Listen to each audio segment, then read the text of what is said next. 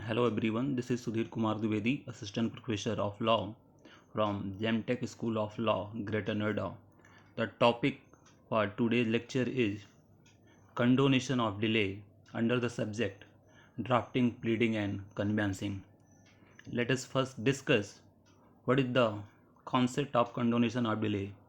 Under Section 5 of the Limitation Act 1963, it has been provided that if the appellant or the applicant satisfy the court that he had a sufficient cause for not preferring the appeal or making the application within a prescribed period, then such an application or appeal shall be admitted after the prescribed period.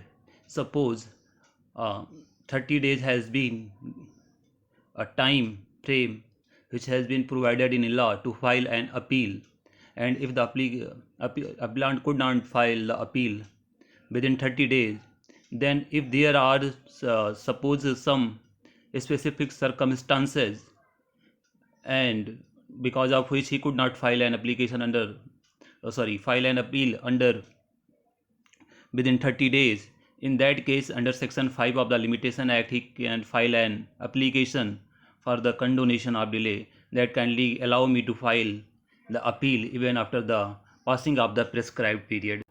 Let us understand what is the meaning of the condonation of delay. The condonation of delay means the extension of prescribed time in certain cases subject to the sufficient cause. The prescribed time may be given in the substantive law or in procedural law, and the one annexure is attached with the limitation act which describe what is the prescribed time for a particular application, case or suit. Suppose there is 30, 60 or 90 days generally and time limit for the filing of the appeal or review petition, and suppose the party is not able to file the appeal, then he can apply under section 5 for the condonation of the delay. The concept of condoning a delay is primarily preferred to the application and appeal and doesn't cover the suit. Why this section 5 doesn't apply on the suit? The reason being there is already sufficient time has been given to file a suit. Generally it is more than 3 years. The time has been provided by the legislature to file an suit, and if further extension will be allowed, then there will be unnecessary delay in filing the cases, and there will be, you can say, loss of evidence and all things. That's why the legislature very specifically mentioned that this application of section 5 will apply only to the appeal and application, not on the suit.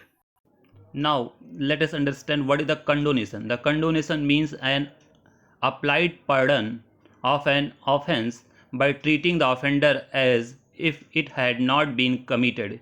Here, in this matter, the referred offense is the offense of ignoring the law of the period that has been prescribed by the Limitation Act 1963. Means if some time has been prescribed for a particular appeal or filing appeal or application, then such appeal or application should be filed within prescribed period. If not, then the party have to make an application for the condonation of delay. Let us see what is the format of the filing of the uh, application under section 5 of the limitation act. Let's take an example that where an application is to be filed for the condoning of delay in SLP, means special leave petition. So first of all you have to mention in which court you are filing the appeal. SLP is filed in the Supreme Court of India, so the first line will be in the Supreme Court of India Civil Appellate Jurisdiction, then the number, application number, and then what is the subject, that is special leave petition, number of year, in which year it has to be filed, and it is generally mentioned by the registry office. Then the subject of matter, that this is an application for the condonation of delay. Then you have to mention the case name, party, and the section under which you have filing. Suppose for example SLP is filed under article 136. Then the petitioner name, whole address, and the respondent with whole address. After that you will mention that this is an application for the condonation of delay, and you will request point wise why this application has been filed. First of the petitioner will have to mention that this special leave petition is against the final judgment and order dated passed by so and so court, so and so petition number. Then after that, the petitioner have to state the facts of the case and grounds arising therefrom in the accompanying petition, and the same may be treated as a part of parcel and application of this application. And then it has to be mentioned that that against the final judgment and order dated passed by the High Court in such and such petition number, appeal being writ appeal number so and so, pending before the honorable court, or state any other valid reason. That due to the aforesaid reason means the valid reason means the reason must be specific reason and which must satisfy the court, that because of this reason the appellant or the applicant could not file the appeal or application. If the court is satisfied, then only the condonation of delay will be allowed under section 5 of the act, limitation act. And then due reason, after giving the due reason, it is to be mentioned that the delay which was occurred was purely a technical reason or technical in nature, that the instant petition doesn't suffer from any latches, as the delay, if any, in the filing this petition is unintentional, and as such the delay which has occasioned may be condoned.